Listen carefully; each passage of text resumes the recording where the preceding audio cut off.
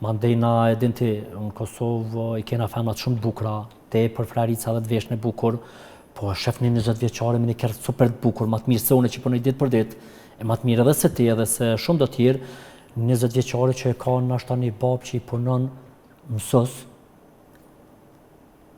Ka i kërë asaj? Po dhe ka i kërë, okej. Qështë ka fituat kërë 20 vjeqare? Po dhe qështë ka fitu, okej. Abdim, po du me thonë që është rritë luksit menduarit, apo kupton, edhe jenë të mendu jo veç femnat, po edhe meshkut, po jenë të mendu një farjetë që shumë haj, shumë luks, shumë jo, du me punu për marrë të luksit, po dhe kur vim të luksin do të me mirë mbajt.